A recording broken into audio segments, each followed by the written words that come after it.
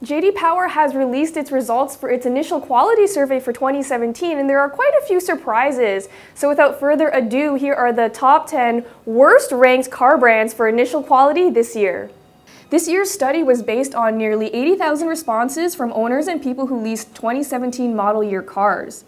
New vehicle quality for the overall industry reached a new record high, improving 8% compared to last year's record-setting year.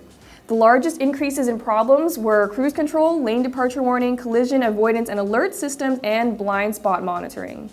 Tying for 10th place is Infiniti and Jeep. Infiniti owners reported 107 problems for every 100 cars, making Nissan's luxury brand the 10th worst automaker for initial quality. Last year, the Japanese automaker actually did better than the industry average, but this year it failed to improve where other automakers did. With a score of 107, Jeep is tied with Infiniti this year. The American automaker looked to be on an upward trend after scoring 113 last year, putting it out of the bottom 10. But this year, it stumbled back down the list.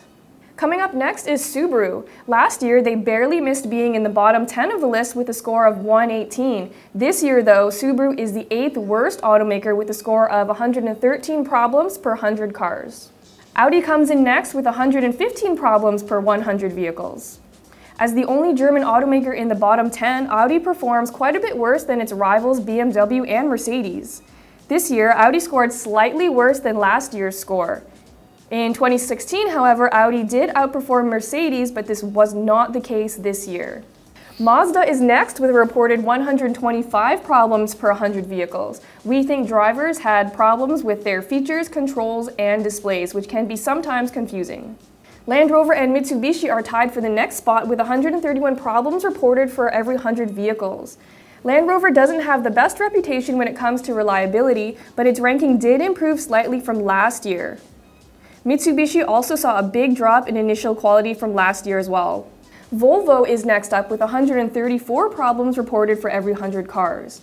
This is an improvement over last year, but it still puts the Swedish brand close to the bottom of the list.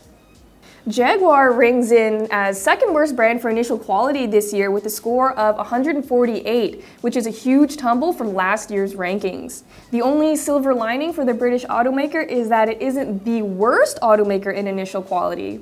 That dubious honor goes to Fiat. Are you surprised? With a score of 163 problems per 100 cars, Fiat is considered the worst in initial quality by J.D. Power.